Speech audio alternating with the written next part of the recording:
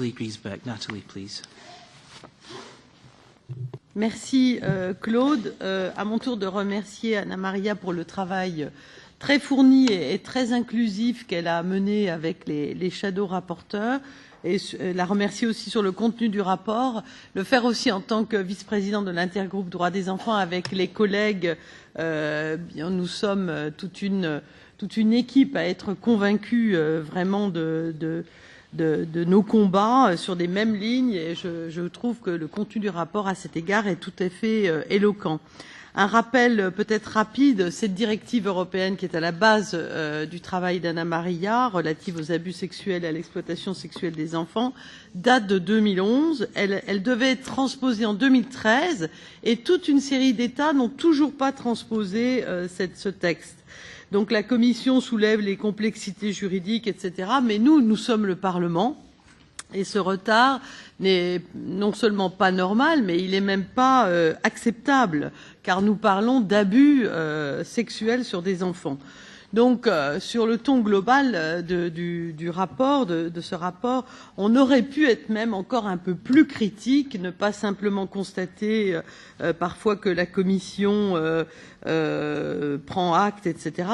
Le ton est parfois trop gentil avec la Commission et parfois trop diplomatique, puisque par ailleurs la Commission a mis 1 an avant de publier son rapport, et en outre tout à l'heure dans la réunion très intéressante de shadow avec les shadows que nous avions, on a souligné, on était plusieurs à souligner qu'on n'avait même pas de données chiffrées sur lesquelles on pouvait appuyer véritablement nos politiques. Alors plus spécifiquement et très rapidement sur les travaux et sur les amendements éventuellement, tout d'abord moi je me réjouis de tous les ajouts qui ont été apportés sur les nouvelles infractions liées aux abus sexuels sur les enfants, et aussi sur le caractère très solide et très fort marqué dans le rapport sur la prévention, donc à partir des articles 22 à 24 de la directive.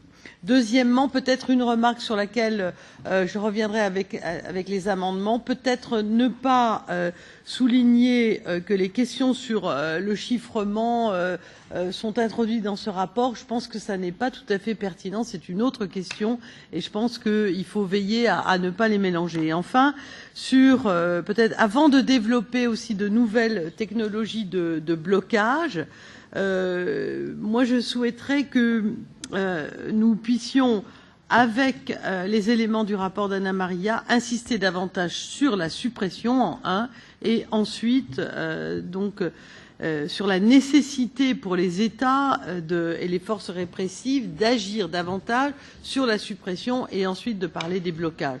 Voilà, c'est très très rapidement ce que j'apporterai à ces éléments de rapport qui sont par ailleurs très bien formulés et qui nous permettront, j'espère, de faire avancer cette cause qui est très importante en Europe.